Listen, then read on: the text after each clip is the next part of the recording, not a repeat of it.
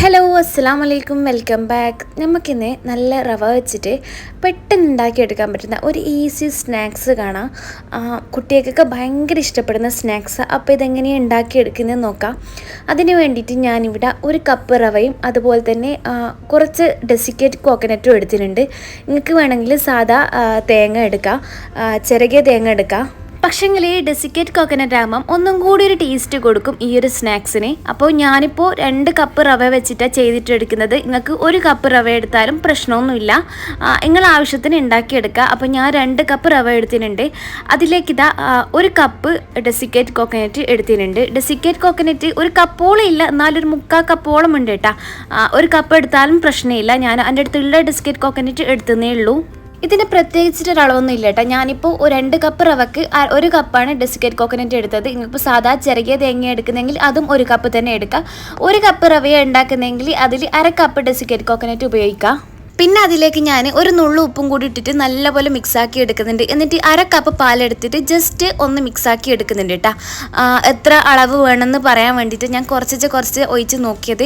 ഇപ്പം ഞാൻ ആദ്യം 1/2 കപ്പ് പാൽ ഒഴിച്ചിട്ട് നല്ലപോലെ ഒന്ന് മിക്സാക്കി എടുത്തു. വീഡിയോയുടെ തുടക്കത്തിൽ ഷോർട്സിനൊക്കെ എടുക്കുന്ന പോലെ കേട്ടോ ഞാൻ വീഡിയോ എടുത്തു പോയത്. പിന്നെ ഞാനത് ശരിയാക്കി വെച്ചിന്. ഇപ്പോൾ 1-2 ക്ലിപ്സ് മാത്രമേ അങ്ങനെ ഉള്ളൂ. അപ്പോൾ അതെല്ലാവരും ഒന്ന് അഡ്ജസ്റ്റ് ചെയ്യുക. ഇതാ അപ്പോൾ നമ്മൾ 1/2 കപ്പ് പാലെടുത്തിട്ട് നല്ലപോലെ ഒന്ന് മിക്സാക്കി എടുത്ത്. അപ്പോൾ എനിക്ക് തോന്നി ഇത് ഒരു 1/2 കപ്പും കൂടി ഒഴിച്ചാലേ നല്ലപോലെ ആവും എന്ന് പറഞ്ഞിട്ട് ഞാനൊരു 1/2 കപ്പും കൂടി ഒഴിച്ചിട്ട് നല്ലപോലെ കുഴച്ചിട്ട് എടുത്തതാട്ടെ. ഇതാ കുഴച്ചിട്ട് ഇതാ നമുക്ക് ഇങ്ങനെ പിടിക്കാൻ കിട്ടണം. നമ്മൾ പുട്ടൊക്കെ നനച്ചെടുക്കൂലേ, അതിനും ഒന്നും കൂടി ഒന്ന് നമുക്ക് കയ്യിൽ ഒതുക്കിയെടുക്കാൻ പറ്റണം.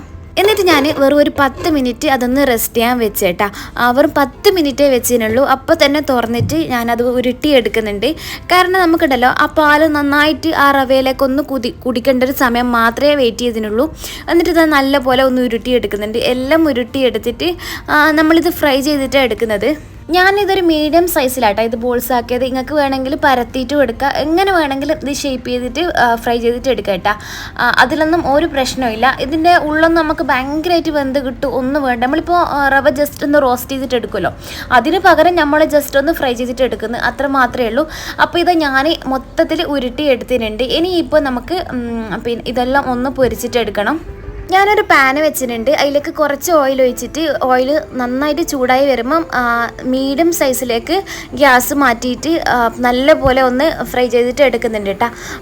ഒരു 1-2 മിനിറ്റ് മാത്രം ഫ്രൈ ചെയ്തിട്ട് എടുത്താൽ മതി. അധിക സമയമൊന്നും വെക്കണ്ട കേട്ടോ. നമുക്ക് ഇതിൻ്റെ ഉള്ളൊന്നും ഭയങ്കരമായിട്ട് കുക്കായി കിട്ടുമൊന്നും വേണ്ട. നമ്മൾ റവയെല്ലാം പിന്നെ റോസ്റ്റ് ആക്കി എടുക്കൂലേ, അതിന് പകരം ഇങ്ങനെ ഓയിലിട്ടിട്ട് ജസ്റ്റ് ഒന്ന് ഫ്രൈ ചെയ്തിട്ട് എടുക്കുന്നത് അത്ര മാത്രമേ ഉള്ളൂ. കൂടി വന്നാൽ ഒരു 3 മിനിറ്റ്, അതിൻ്റെ അപ്പുറം നമുക്ക് ആക്കിയെടുക്കാനില്ല. നമ്മൾ ചെയ്തെടുക്കുന്ന സമയത്ത് അപ്പുറം ഇപ്പുറമൊക്കെ തിരിച്ചിട്ട് എല്ലാ ഭാഗത്തും ഓയിലെത്താൻ മാത്രം ഒന്ന് ശ്രമിക്കുക. എന്നിട്ട് ഇതാ ഞാൻ ആകെ 3 മിനിറ്റ് വെച്ചിട്ടുണ്ടാവും. അപ്പോൾ തന്നെ ഞാൻ എടുത്ത് കോരി മാറ്റുന്നുണ്ട്. എന്നിട്ട് ഞാൻ ഇത് നല്ലപോലെ ഒന്ന് തണിയാൻ വേണ്ടിയിട്ട് ദൂരെ മാറ്റി വെച്ചിട്ടുണ്ട്. എന്നിട്ട് ഇതാ ഒരു മിക്സീൻ്റെ ജാർ എടുത്തിട്ട് അതിലേക്ക് ഒരു 1/4 കപ്പ് പഞ്ചസാര ചേർത്ത് കൊടുക്കുന്നുണ്ട്. എന്നിട്ട് നല്ലപോലെ പൊടിച്ചെടുക്കണം കേട്ടോ. ഇതിലേക്ക് വേണമെങ്കിൽ ഒരു 2-3 ഏലക്ക ചേർക്കാം. ഞാനിപ്പോൾ ചേർക്കുന്നില്ല. അപ്പം പഞ്ചസാര പൊടിച്ചിട്ട് ഞാൻ മാറ്റി വെച്ചിട്ടുണ്ട്. എൻ്റെ അതേ ജാറിലേക്ക് ഈ ഒരു ബോൾസ് ഉണ്ടല്ലോ അത് നമ്മൾ നല്ലപോലെ ചൂടാറിന്. അപ്പോൾ ഞാൻ ചെറിയ പീസുകളാക്കിയിട്ട് ഇങ്ങനെ ഇട്ട് കൊടുക്കുന്നുണ്ട് കേട്ടോ. ജസ്റ്റ് ഒന്ന് കട്ട് ചെയ്തിട്ട് അങ്ങ് ഇട്ട് കൊടുക്കുന്നുണ്ട്. കൈ കൊണ്ട് തന്നെ ഉടച്ചിട്ട് അങ്ങ് ഇട്ട് കൊടുക്കുക. 2 ഭാഗമാക്കിയിട്ട് കേട്ടോ പൊടിച്ചെടുക്കുന്നത്. ഒന്നായിട്ടിട്ട് പൊടിച്ചെടുക്കുന്നില്ല, ജസ്റ്റ് ഒന്ന് ക്രഷ് ചെയ്തിട്ട് എടുക്കുന്നത് മാത്രമേ ഉള്ളൂ കേട്ടോ. അപ്പോൾ ഇതാ ഞാൻ ക്രഷ് ചെയ്തിട്ട് എടുത്തപ്പോൾ ഈ ഒരു രീതിക്കാണ് കിട്ടിയത്. ആദ്യത്തത് ഞാൻ നല്ലപോലെ ക്രഷ് ചെയ്തിനില്ല, ജസ്റ്റ് ഒന്ന് മൊത്തത്തിൽ അതിൻ്റെ കട്ടയൊക്കെ ഉടച്ചിട്ട് എടുത്ത് മാത്രമേ ഉള്ളൂ കേട്ടോ. അപ്പോൾ ഇതാ ഞാൻ പിടിച്ച് നോക്കുന്നുണ്ട്. അപ്പോൾ നമുക്ക് പിടിക്കാനൊക്കെ കിട്ടുന്നുണ്ട്. അപ്പോൾ ഞാൻ അത് വേറെ പാത്രത്തിലേക്ക് മാറ്റിയിട്ട് 2ാമത്തെ ബാച്ചായിട്ട് ഇട്ട് കൊടുത്തിട്ടുണ്ട് കേട്ടോ. ഇത് അത്യാവശ്യം നല്ലപോലെ പൊടിച്ചെടുക്കട്ടോ. നല്ലപോലെ ഒന്ന് പൊടിച്ചെടുക്കുക. ഇതിൽ ഭയങ്കര സോഫ്റ്റ് ആവണം കേട്ടോ. ഇത് നമ്മൾ പുട്ടിൻ്റെ പൊടിയൊക്കെ ഉണ്ടാവില്ല, അതൊക്കെ പൊടിച്ചെടുക്കില്ല. ഈ ഒരു രീതിക്ക് ആക്കിയെടുക്കുക. അതും ഞാൻ ആ പാത്രത്തിലേക്ക് ഇട്ട് കൊടുത്തിട്ട് നല്ലപോലെ രണ്ടും കൂടി മിക്സാക്കി എടുക്കുന്നുണ്ട് കേട്ടോ. നമ്മൾ ആദ്യത്തത് ഒന്ന് ജസ്റ്റ് ഒന്ന് ക്രഷ് ചെയ്തതിനേ ഉള്ളൂ, 2ാമത്തത് നല്ലപോലെ പൊടിച്ചെടുത്തിട്ടുണ്ട്. അങ്ങനെയാട്ടോ വേണ്ടത്. അപ്പോൾ ഞാൻ രണ്ടും കൂടി നല്ലപോലെ മിക്സാക്കി എടുത്തിട്ട് നമ്മൾ ആദ്യം ഫ്രൈ ചെയ്ത ഓയിലുണ്ടല്ലോ അതിൽ നിന്ന് ഓയിലൊക്കെ മാറ്റിയിട്ട് അതേ ഓയിലിലേക്ക് തന്നെ ഞാൻ കുറച്ച് കൂടുതൽ ഗീ ചേർത്തിട്ടുണ്ട്. ഒരു 3 ടേബിൾ സ്പൂൺ ഗീ ഉണ്ടാവും കേട്ടോ. എന്നിട്ട് അതിലേക്ക് ഞാൻ ഒരു 5-8 ബദാം ഇങ്ങനെ പീസാക്കി ഇട്ടതാ, ഇങ്ങനെ ക്രഷ് ചെയ്തിട്ട് എടുത്തിട്ടതാ. നമ്മൾ കത്തി കൊണ്ട് തന്നെ ഞാനിങ്ങനെ ജസ്റ്റ് കട്ട് ചെയ്തിട്ട് മാറ്റിയത്. നിങ്ങൾക്ക് വേണമെങ്കിൽ ഇതിൽ കാഷ്യൂ മുന്തിരിയൊക്കെ ചേർക്കാം, ഞാൻ അതൊന്നും ചേർക്കുന്നില്ല. എന്നിട്ട് ഇത് നമ്മൾ പൊടിച്ച് വെച്ച് പഞ്ചസാര ഉണ്ടല്ലോ അതും കൂടി അങ്ങ് ഇട്ട് കൊടുക്കട്ടെ. നമ്മൾ ഇപ്പം തന്നെ പഞ്ചസാര ചേർക്കണം. നമ്മളിപ്പോൾ കട്ട കിട്ടുന്ന പോലെ ഉണ്ടാകും കേട്ടോ പഞ്ചസാര, പക്ഷേങ്കിൽ ഒന്നും കൊണ്ടും പേടിക്കണ്ട, ഇത് ഇപ്പം തന്നെ അലിഞ്ഞിട്ടിങ് വരും കേട്ടോ. അപ്പോൾ അതിൻ്റെ മേലേക്ക് തന്നെ ഉണ്ടല്ലോ നമ്മൾ പൊടിച്ച് വെച്ച റവ ഉണ്ടല്ലോ അത് ചേർത്ത് കൊടുക്കാം. ഈ ഒരു സമയത്ത് നിങ്ങൾ നിർബന്ധമായിട്ടും ചേർക്കേണ്ട ഒരു സാധനം ഏലക്ക പൊടിച്ചത്. ഒന്നിക്കങ്ങ് പഞ്ചസാര പൊടിക്കുമ്പോൾ അതിൽ ചേർക്കണം, അല്ലെങ്കിൽ ഈ ഒരു സമയത്ത് നിങ്ങൾക്ക് കുറച്ച് ഏലക്ക പൊടിയും കൂടി ചേർക്കണം കേട്ടോ.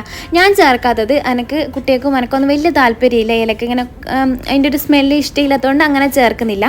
എന്നിട്ട് ഇത് നല്ലപോലെ മിക്സാക്കി കൊടുക്കുക കേട്ടോ. നിങ്ങളിപ്പോൾ ഈ സമയത്ത് വിചാരിക്കും ഇതിൽ പഞ്ചസാര കുറവാ, നെയ്യ് കുറവാന്നൊക്കെ വിചാരിക്കും കേട്ടോ. പക്ഷേ കുറച്ച് സമയം കഴിയുമ്പോൾ നിങ്ങൾക്ക് തിരിയും ഇതിൽ നല്ലപോലെ ഓയിലും പഞ്ചസാരയൊക്കെ മെൽട്ടായിട്ട് ഇറങ്ങി വരും കേട്ടോ. നല്ലപോലെ നെയ്യ് ഇങ്ങനെ നമ്മളെ കയ്യിലേക്ക് പറ്റി വരും. അത് നമുക്ക് ലാസ്റ്റ് തൊട്ട് നോക്കുമ്പോൾ തിരിയും കേട്ടോ. കുറച്ച് നേരം വെയിറ്റ് ചെയ്താൽ മതി. നിങ്ങൾക്ക് വേണമെങ്കിൽ ലോ ഫ്ലെയിമിൽ വെച്ചിട്ട് ഒന്ന് മൂടി വെച്ച് കൊടുത്താലും പ്രശ്നമില്ല കേട്ടോ. അല്ലെങ്കിൽ കൈ എടുക്കാണ്ട് ഇളക്കിക്കൊണ്ടിരിക്കുക ലോ ഫ്ലെയിമിൽ വെച്ചിട്ട്. എങ്ങനെ ചെയ്താലും പ്രശ്നമില്ല. അപ്പോൾ ഇതാ ഏകദേശം ആയിനുണ്ട് കേട്ടോ. എൻ്റെ നല്ലപോലെ അങ്ങോട്ടും ഇങ്ങോട്ടും ഒട്ടാനൊക്കെ തുടങ്ങി. നല്ലപോലെ പഞ്ചസാരയൊക്കെ മെൽട്ടായിട്ട് നമ്മൾ പഞ്ചസാര അപ്പോൾ ആദ്യം ചേർക്കാൻ നോക്കാം കേട്ടോ. അപ്പോൾ ഏകദേശം നമുക്ക് പഞ്ചസാര വേഗം മെൽട്ടായി കിട്ടും, അധികം സമയം എടുക്കേണ്ടി വരില്ല. അപ്പോൾ ഇതാ ഞാൻ പിടിച്ച് നോക്കുന്നുണ്ട്, നിങ്ങൾക്ക് കാണുമ്പോൾ തന്നെ തിരിയും. ഇതിൽ നല്ലപോലെ ആ ഗീയും പഞ്ചസാരയൊക്കെ ഉണ്ടല്ലോ നല്ലപോലെ മെൽട്ടായിട്ട് നമുക്ക് നല്ലോണം ഉരുട്ടിയെടുക്കാൻ പാകത്തിനുള്ള രൂപത്തിലായിട്ടുണ്ടാവും. ഇതിൻ്റെ സ്മെല്ല് എന്ന് പറയുന്നത് ഭയങ്കര സ്മെല്ലാട്ടോ, നല്ല സ്മെല്ലായി. ഈ ഡെസിക്കേറ്റ് കോക്കനറ്റിൻ്റെ പ്രത്യേക ഒരു സ്മെല്ലാട്ടോ. അപ്പോൾ ഇതാ ഞാൻ അപ്പം തന്നെ തീ ഓഫ് ചെയ്തിട്ട് മൂടി വെച്ചിട്ടുണ്ട്. ഇനി ഇപ്പോൾ ഞാനിതിൻ്റെ ചൂടൊക്കെ മാറിയിട്ടാട്ടോ ഉരുട്ടിയെടുക്കുന്നത്. നിങ്ങൾക്ക് വേണമെങ്കിൽ ഈ ഒരു ചൂടാലെ തന്നെ ഉരുട്ടിയെടുക്കാം. ഞാനെന്തായാലും ഇതിൻ്റെ ചൂടൊക്കെ മാറിയതിന് ശേഷം നല്ലപോലെ ഉരുട്ടിയെടുക്കുന്നുണ്ട്. നിങ്ങൾക്ക് ഉരുട്ടിയെടുക്കുമ്പോണ്ടല്ലോ ഇതിൽ വേണമെങ്കിൽ കുറച്ചും കൂടി ഗീയൊക്കെ ചേർക്കാം. ഞാൻ ചേർക്കുന്നില്ല, അത്യാവശ്യം ഗീയൊക്കെ ഉണ്ട്. പിന്നെ വെറുതെ നമ്മൾ പിന്നെയും കുറേ ഗീയൊന്നും ചേർത്തിട്ട് ഇതാക്കണ്ടെന്ന് വിചാരിച്ചിട്ട് അത്യാവശ്യം ഗീയെല്ലാം ഇതിലുണ്ടായതുകൊണ്ട് തന്നെ ഞാൻ വീണ്ടും ചേർക്കുന്നില്ല കേട്ടോ. നിങ്ങൾക്ക് വേണമെങ്കിൽ ഈ ഒരു ടൈമിൽ ഗീയും അതുപോലെ തന്നെ കുറച്ചും കൂടി പഞ്ചസാരയൊക്കെ വേണമെങ്കിൽ ആഡ് ചെയ്യാം. ഇത് നിങ്ങൾക്ക് വേണമെങ്കിൽ ശർക്കരയിലും ചെയ്തിട്ടെടുക്കാം കേട്ടോ, കുഴപ്പമൊന്നുമില്ല, അതും ടേസ്റ്റ് ഉണ്ടാകും. പക്ഷേ പഞ്ചസാര പ്രത്യേക ഒരു ടേസ്റ്റാണ്. അപ്പോൾ ഞാൻ ഉരുട്ടിയെടുത്തിട്ട് അതിൻ്റെ മേലേക്ക് ഓരോ ബദാം വീതം വീണ്ടും വെച്ച് കൊടുക്കുന്നുണ്ട് കേട്ടോ. നിങ്ങൾക്ക് ഇത് ഇഷ്ടമുണ്ടെങ്കിൽ മാത്രം വെച്ചാൽ മതി. ഞാൻ ചിലതിൽ വെച്ചിന് ചിലതിലൊന്നും വെച്ചിനില്ല. കുട്ടികൾക്ക് നട്ട്സൊക്കെ ഇഷ്ടമെങ്കിൽ ഇങ്ങനെ ചെയ്തിട്ട് എടുക്കുമ്പോൾ കഴിക്കാത്ത കുട്ടികളായാലും കഴിക്കുന്ന കുട്ടികളായാലും കഴിച്ചു പോകും കേട്ടോ. നല്ല ടേസ്റ്റ്. ഇത് എന്ത് സ്നാക്സ് കഴിക്കാത്ത കുട്ടികളും ഇതെന്തായാലും കഴിക്കും കേട്ടോ. നിങ്ങൾ ഒരു പ്രാവശ്യമെങ്കിലും ഇങ്ങനെ ഒന്ന് ഉണ്ടാക്കി നോക്ക്, കുട്ടികൾ എന്തായാലും നിങ്ങളൊക്കെ ഇത് ചോദിച്ച് വാങ്ങും. നിങ്ങൾക്കിത് ഏത് ഷേപ്പിൽ വേണമെങ്കിലും ഉരുട്ടിയെടുക്കാം. ഈ ഒരു ഷേപ്പ് തന്നെ അല്ല റൗണ്ട് ഷേപ്പ് തന്നെ വേണമെന്നൊന്നും ഒരു നിർബന്ധമില്ല കേട്ടോ. നിങ്ങൾ പിന്നെ ഏത് ഷേപ്പിലാണ് ഉരുട്ടിയെടുക്കുന്നത് ആ ഈ ഒരു ഷേപ്പ് തന്നെ നിങ്ങൾക്ക് ചെയ്യാം. കുട്ടികൾക്കൊക്കെ ഇഷ്ടമുള്ള പല മോഡലുകളാക്കിയിട്ട് ഇത് ഉരുട്ടിയെടുക്കാം കേട്ടോ. ഇതിൻ്റെ ഒരു സ്മെല്ല് എന്ന് പറയുന്നുണ്ടല്ലോ നല്ലൊരു നമുക്കൊരു റാഫെല്ലോ ഒക്കെ ഉണ്ടല്ലോ അതിൻ്റെ എല്ലാം ഒരു സ്മെല്ലാട്ടോ. നമ്മുടെ ഡെസിക്കേറ്റ് കോക്കനറ്റിൻ്റെ പ്രത്യേക ഒരു സ്മെല്ല്. അതുപോലെ തന്നെ ഇതിൽ റവ ഉണ്ട് എന്നൊന്നും നമുക്ക് മനസ്സിലാവുകയില്ല കേട്ടോ ഇങ്ങനെയാക്കി എടുത്താൽ. നമ്മൾ ഈ റവ ലഡു ഉണ്ടല്ലോ അതിൻ്റെ വേറെ തന്നെ ഒരു പിന്നെ ഇതാട്ടാ വേറെ തന്നെ അതിൽ നിന്നും വേറെ തന്നെ ഒരു ഡിഫറെൻ്റ് ആയിട്ടുള്ള ഒരു ടേസ്റ്റ് ഇതിന്. അപ്പോൾ ഇതുവരെ ഉണ്ടാക്കാത്ത ഒരാളാണെങ്കിൽ എന്തായാലും ഉണ്ടാക്കി നോക്കട്ടെ, അടിപൊളി ടേസ്റ്റ് അതിന്. വേണമെങ്കിൽ ഇതിൽ ഡെസിക്കേറ്റ് കോക്കനറ്റിൽ ഒന്ന് ജസ്റ്റ് ഒന്ന് ഡിപ്പ് ചെയ്തിട്ടൊക്കെ എടുക്കട്ടെ. അപ്പോൾ കാണാൻ കുറച്ചും കൂടി ഭംഗിയൊക്കെ ഉണ്ടാകും, അല്ലെങ്കിൽ ഇങ്ങനെ തന്നെ തിന്നാനും നല്ല ടേസ്റ്റാണ്. പിന്നെ ഭയങ്കര സോഫ്റ്റായിട്ട്, ഇത് നല്ല സോഫ്റ്റാണ്. എത്ര ദിവസം കഴിഞ്ഞാലും ഉണ്ടല്ലോ ഇത് ഹാർഡാവില്ല കേട്ടോ, നല്ല സോഫ്റ്റ് ആയിരിക്കും. കാരണം ഡെസിക്കേറ്റ് കോക്കനറ്റ് ഉണ്ട്, അതുകൊണ്ട് തന്നെ നല്ല സോഫ്റ്റ് ആയിരിക്കും. എത്ര ദിവസം നിങ്ങൾ പുറത്ത് വെച്ചാലോ എങ്ങനെയായാലും ഇത് നല്ല സോഫ്റ്റ് ആയിരിക്കും. പക്ഷേ ആകെ നിങ്ങൾ ശ്രദ്ധിക്കാനുള്ള ഒരു കാര്യം നല്ല എയർ ടൈറ്റ് ആയിട്ടുള്ള ഒരു കണ്ടെയ്നറിൽ മാത്രം വെച്ചിട്ട് സൂക്ഷിക്കുക. നിങ്ങൾക്ക് വേണമെങ്കിൽ ഫ്രിഡ്ജിലും വെക്കട്ടെ. പുറത്ത് വെച്ചാൽ തന്നെ എത്ര ദിവസം വെച്ചാലും ഒന്നും ആവില്ല, 2-3 ആഴ്ചയൊക്കെ നല്ല പോലെ നിൽക്കും. ഫ്രിഡ്ജിൽ വെച്ചാൽ അതിലും കൂടുതൽ നിൽക്കും കേട്ടോ. എത്ര ദിവസം വേണമെങ്കിലും നിങ്ങൾക്ക് വെക്കാം.